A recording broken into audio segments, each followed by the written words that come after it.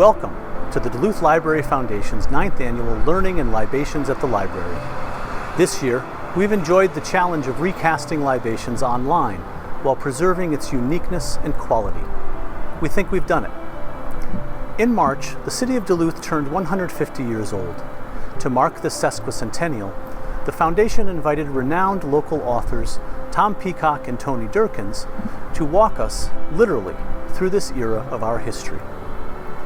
The Library Foundation sponsors Learning and Libations to provide funds to the Duluth Public Library. This year, those funds will go to the Library Resiliency Campaign, which will allow library staff to serve us in the future safely and efficiently. Please remember the Library Foundation in your charitable giving this year and in the future. We are so pleased that Tom and Tony have partnered with the Foundation to offer this unique guided tour to the history all around us. We are confident that you will enjoy their presentations as much as we have enjoyed working with them. Now, without further ado, we present Learning and Libations at the Library, 2020 At Home Edition.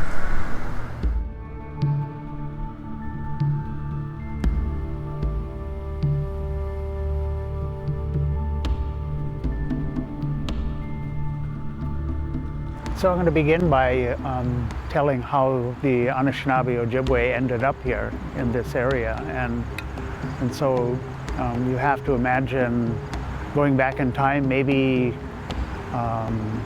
dates aren't precise, but maybe to about 900 AD.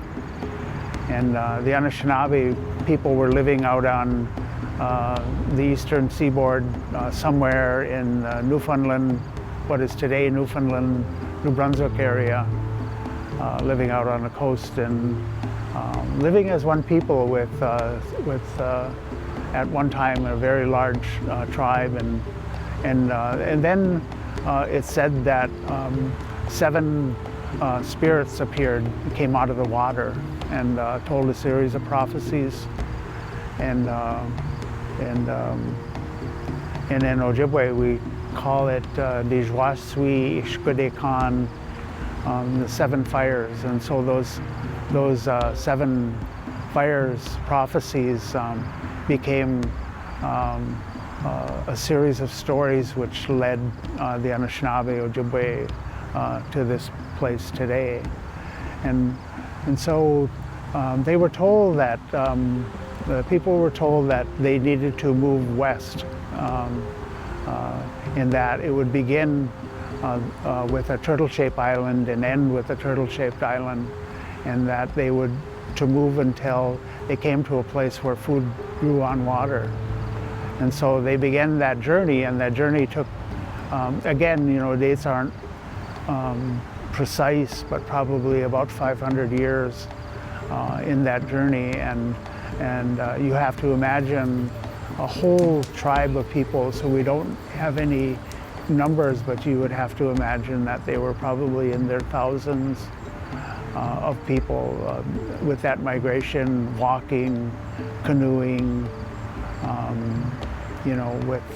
with all of their things, making plenty of stops along the way.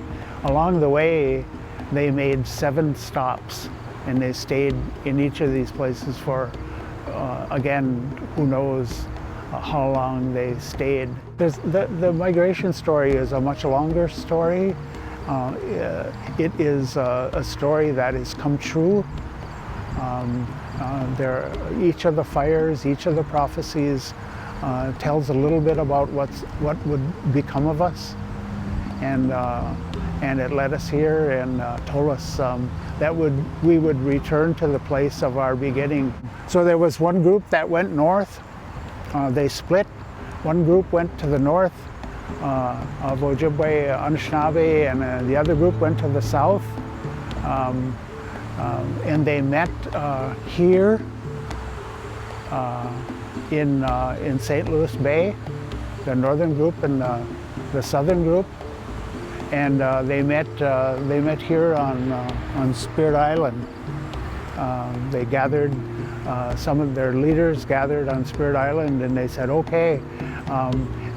This is also, they found wild rice growing in the river. And so they found the food that grows on water. and they said, well, where is that turtle-shaped island that that we were supposed to come to at the end of our journey?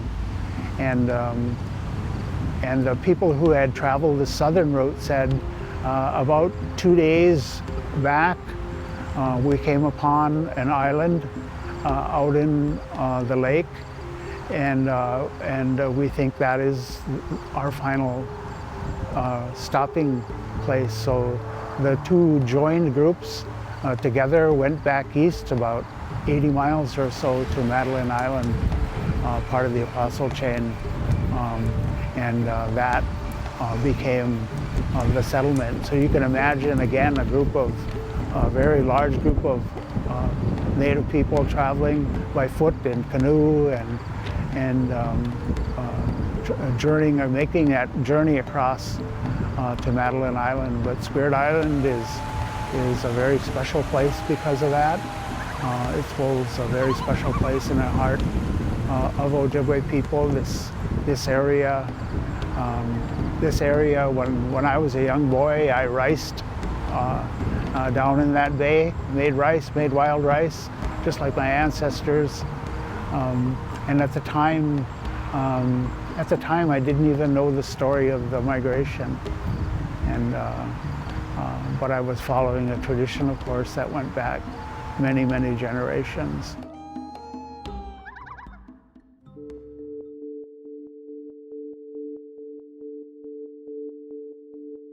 Ani niji b'madazig, manidu nodin indigenous cause, Tom Peacock indigenous cause, Jaganash Shamong, Indun Jaba, Nagashwanang, Nun Boom, Onagimasing Ninda, Makon Indudem, Nimanoyage, Nimawain, Yayan, Nun Boom. So this area, we know this. When I introduced myself in Ojibwe Mon, I said Onagimasing, and that's how the Ojibwe refer to this area, and that's a word that has something to do with the bay and the point of land here. And that's what we call Duluth. And so I said that in translating to English that I'm from Duluth now, and that I'm originally from Fond du Lac, Nagajawanang, Fond du Lac. And then I said that today I live in Duluth. And so Minnesota Point was the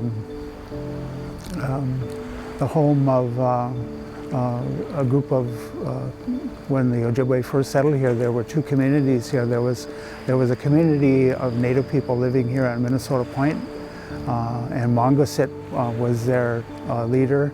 Mongasit was Loonsfoot, and then on the Wisconsin side it was Osage. Where the old Coast Guard station is down the way about a mile or so here, that was where that settlement was, and of course there was a burial ground there as well. And that burial ground, when the settlers came in, they eventually moved that burial ground, and a lot of those graves were moved to the Chester Park Cemetery and other places in and around Duluth. Several years ago, another colleague and I, when I was teaching at UMD, we taught a course in the geological and cultural history of the Lake Superior area, and I learned an awful lot in that course. As an instructor, we talked about some of the early settlements, and one of the things that we ended up talking about in the course were the people before the Ojibwe, and so we spent some time, the immediate folks who were here, of course, were Dakota, and this was Dakota country when the Ojibwe first migrated in here about 600-700 years ago, and also the home of the Fox, the Meskwaki people, and we of course ended up many skirmishes with those people because we were encroaching on their land. There's one old fire pit area, camp area that was at one time the shoreline of Lake Superior, up near old Nettleton School here in Duluth. And of course, when I was teaching this class, we'd go to all those places, and the geologists would talk about rocks, and I would talk about what people were doing around those rocks. Across from Minnesota Point is Wisconsin Point, and the Wisconsin opening, the Superior opening, and there was a large Ojibwe settlement here at one point, and up until about 1914 there was this dispute over who owned it, and eventually, of course, the Ojibwe people who lived here lost the ability to live here, and they were forced to move.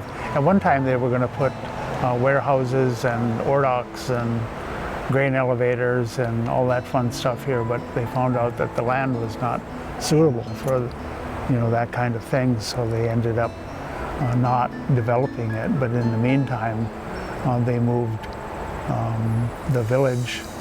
They moved people and told the people it was time to go settle out on a reservation, and then the bodies were from the burial ground here were sort of scooped up and put in lorries, and many of them were taken to the St. Francis Cemetery here in Superior, which is by the refinery. And even back in those days, things were segregated, so even our cemeteries are segregated, and you'll see at St. Francis Cemetery the graves of all the settlers, and then in a ditch below the cemetery there was a large trench dug, and there's a mass grave of all the people who were here from Wisconsin Point. The neat thing for me to realize is that now those bodies are slowly sliding back into the river, and the river is taking them right back here to Wisconsin Point, because this is where the opening, this is where the Domagi goes back into Lake Superior. So they are returning back home. So I spent a summer working at the National Archives in Washington doing research, Ojibwe research, and mostly research on my reservation, and going through a lot of original government documents, and I ran into many documents and letters relating to the removal of the Chippewa, as they called us, from Wisconsin Point, and I put some of those documents into the book Forever Story, and it really has some very emotional pleas from some of the native people here, pretty much begging not to be removed from this very sacred place to them. So you can imagine Wisconsin Point, of course, is not a good place to be having a garden, so chances are originally this was a summer settlement. This was like a fish camp, and it turned into a permanent settlement.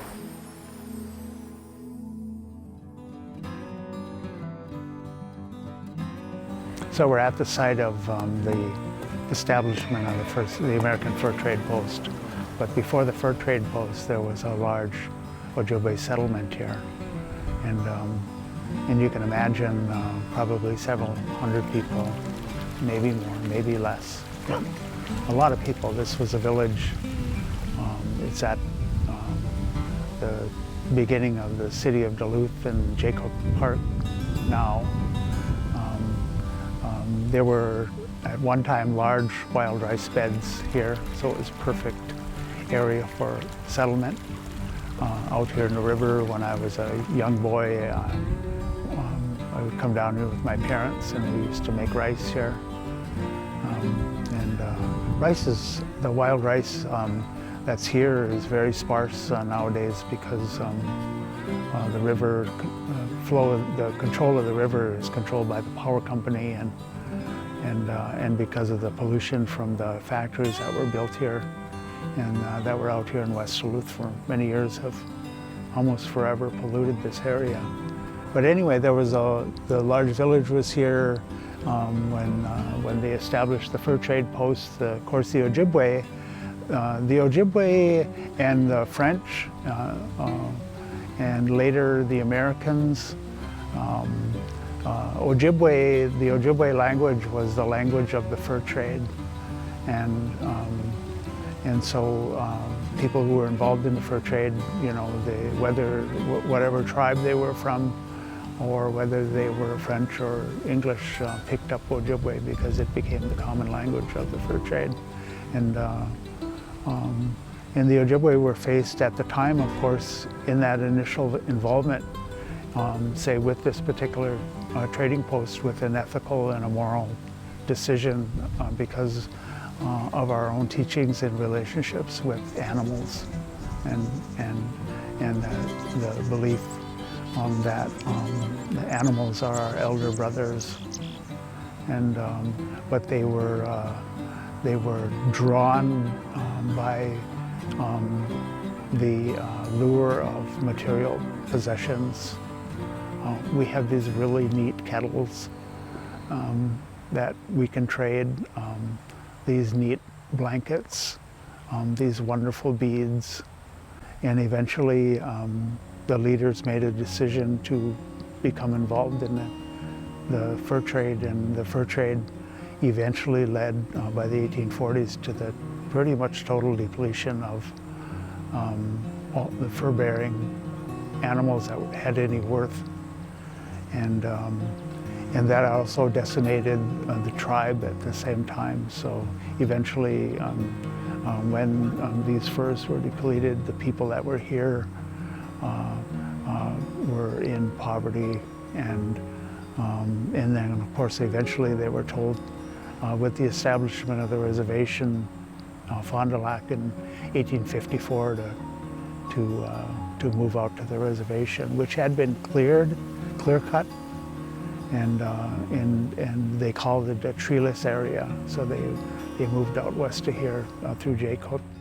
So this is a pretty interesting place. You also saw when we came in to town that when they're doing work on Highway 23, that they desecrated the grave sites of some of our Ojibwe ancestors.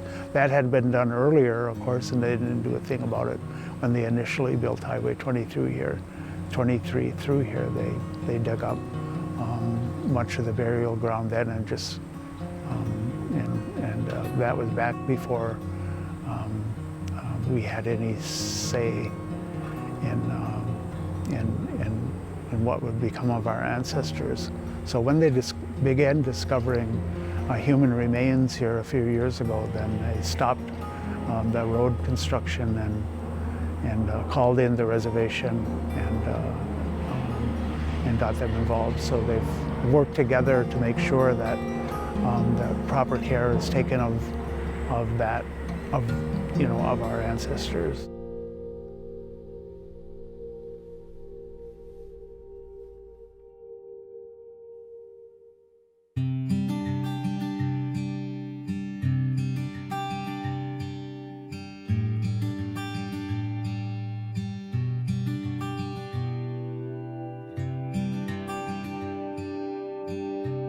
People have lived at the far western end of Lake Superior, also known as the head of the lakes, for thousands of years before anyone decided to call its northern portion Duluth. Here, the convergence of Lake Superior and the St. Louis and the Nemadji rivers form a natural protected harbor between two long natural sandbars called Minnesota and Wisconsin points. By the 19th century, the Ojibwe, who had migrated from the east, had become the region's dominant culture. The Ojibwe had worked with the French in the fur trade since they arrived in the 17th century, and in 1817 the American Fur Post Company established a post at Fond du Lac adjacent to an Ojibwe village. While the fur industry died out in the 1840s, Fond du Lac remained populated by both French and Ojibwe, many of whom intermarried. A series of treaties between 1826 and 1844 ceded what is now Michigan's Upper Peninsula, Isle Royale, and northwestern Wisconsin to the United States.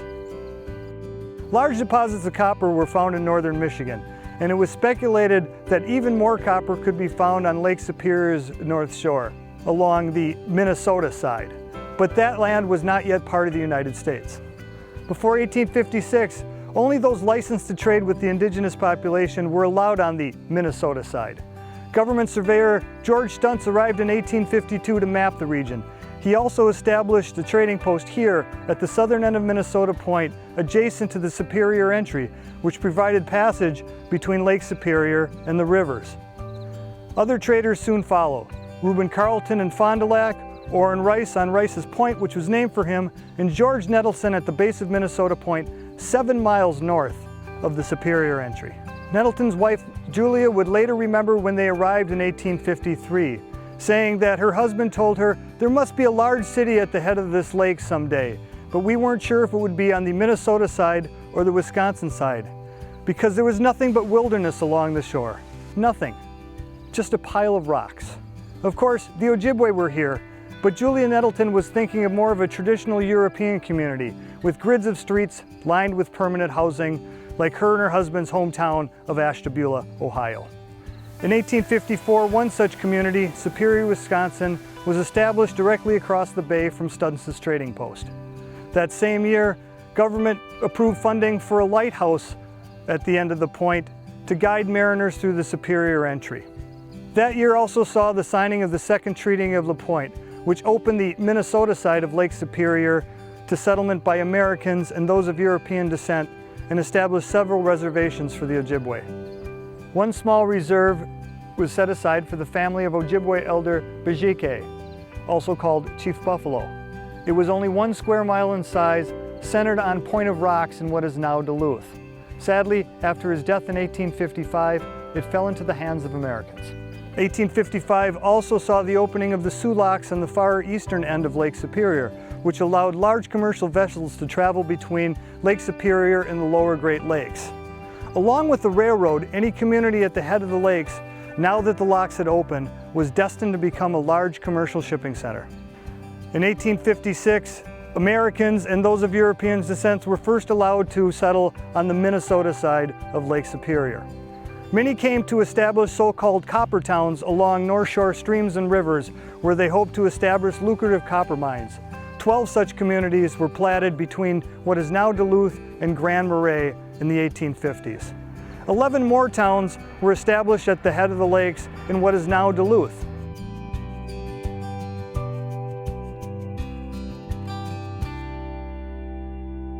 One of those Minnesota towns platted at the head of the lakes in 1856 was centered on the base of Minnesota Point.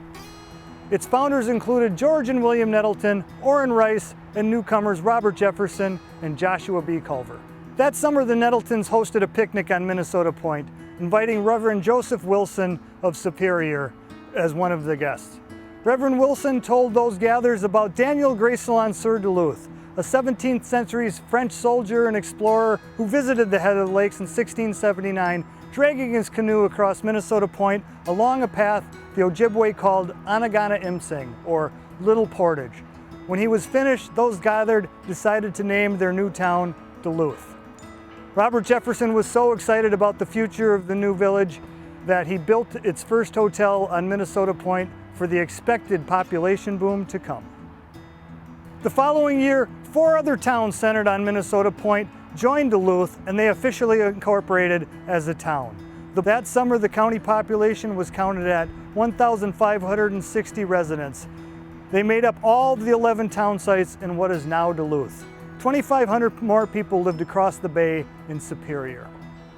Early resident Sidney Luce, also like the Nettletons from Ashtabula, Ohio, built a warehouse and wharf at the foot of 3rd Avenue East, essentially the very northwest corner of Lake Superior. He wanted to be ready for when the railroad came, when the copper mining began.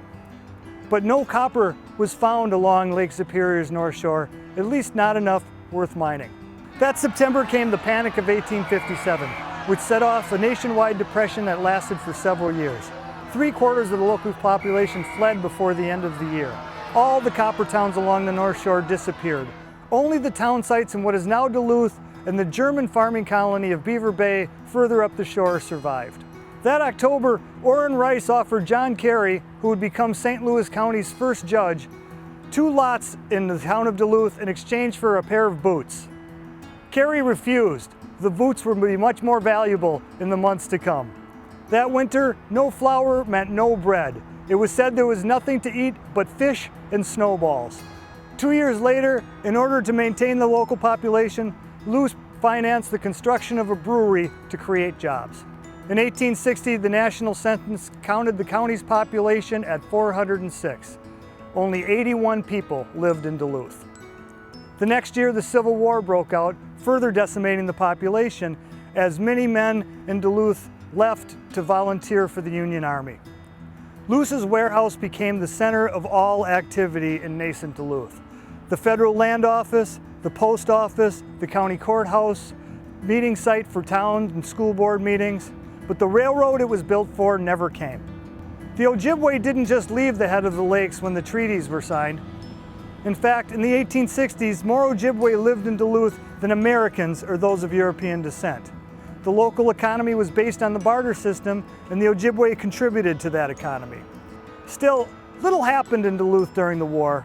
Later, early resident and historian Walter Van Brunt would write of the time, saying that Stuntz, Luce, Nettleton, and a handful of others kept vigil over the lifeless corpse of Duluth. When the war ended, the county population was at 294, and Duluth's population had risen to 126. Some early Duluthians returned after the war, but in 1868, the community of Duluth was described as 14 families huddled at the base of Minnesota Point.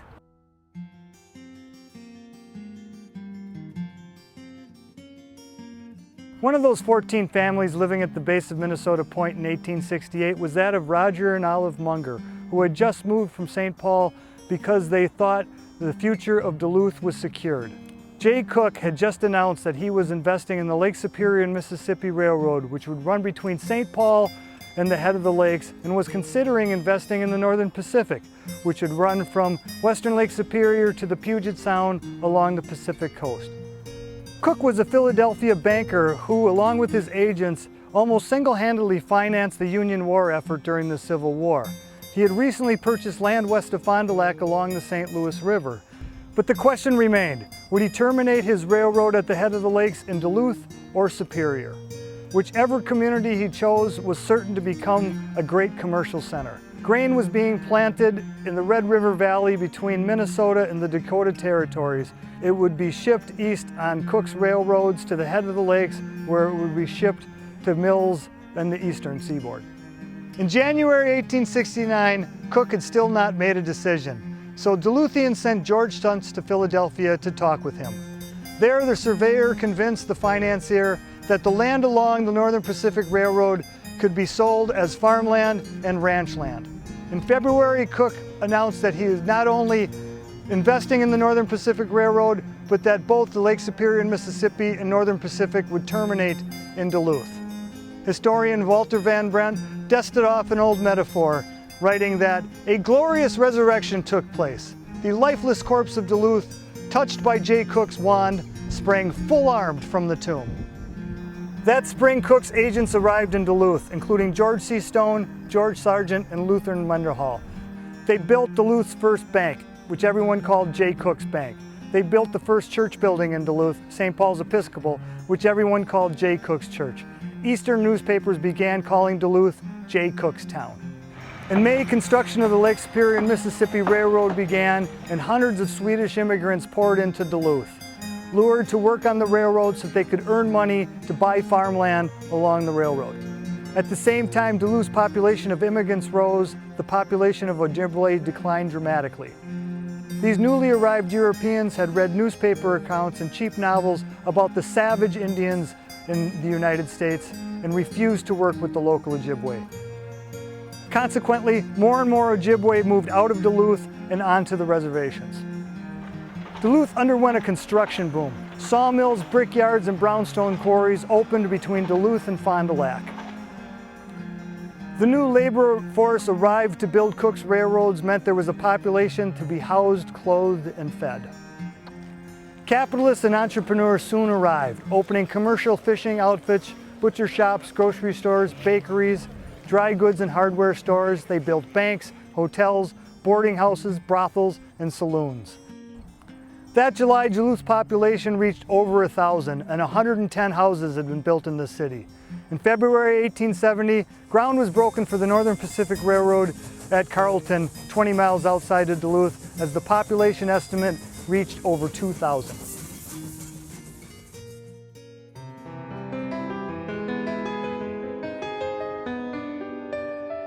On March 6, 1870, Duluth officially became a city. At the same time, it annexed the nearby towns of Rice's Point, Portland, and Endian. That April, the census counted over 3,100 people living in the new city. In April, Joshua B. Culver was elected the city's first mayor. Meanwhile, the Lake Superior, Mississippi Railroad's outer harbor neared completion. It included a freight depot, a warehouse, a dock, the city's first grain elevator, and a breakwater jutting out from 4th Avenue East into the lake, designed to protect ships docked along the Lake Superior and Mississippi infrastructure. But that outer harbor proved to be unsafe, and the breakwater did little to stop Lake Superior during stormy weather. It was much safer in the bay behind Minnesota Point, but to get there, one had to travel through the Superior Entry 7 miles south of Duluth. So that December, City Fathers began the construction of a ship canal along what was Portage Street, the same path of Anagana-Imsing, the Ojibwe's Little Portage. It was paid for with bonds from Cooke's Lake Superior and Mississippi Railroad and completed in 1871. With the railroad in place and the canal dug for safe harbor behind the point, commercial traffic began to bypass Superior for Duluth. In 1871, Clinton Markell, also of Ashtabula, Ohio, was elected Duluth's second mayor, followed the following year by Luce himself. Becoming mayor was a surprise to Luce. He was out of town at the time and unaware that he'd even been nominated. The next year, Dr. Vespasian Smith, another Ohioan, was elected when the population had exceeded 5,000, but Dr. Smith had bad timing. In September came the Panic of 1873. J. Cooke himself had run out of money, overinvesting in the nation's railroad. It set off a depression in the United States and Europe that lasted 10 years in some regions, and no area was hit harder than here at the head of the lakes. All commercial activity on both sides of the bay stopped. The following year, one citizen counted the local population as simply 1,300 souls. In 1877, in order to avoid bankruptcy, the city of Duluth reorganized as a village. But thanks to Cooke railroads and his ship canal, the village had the infrastructure in place that would help it become a city once again.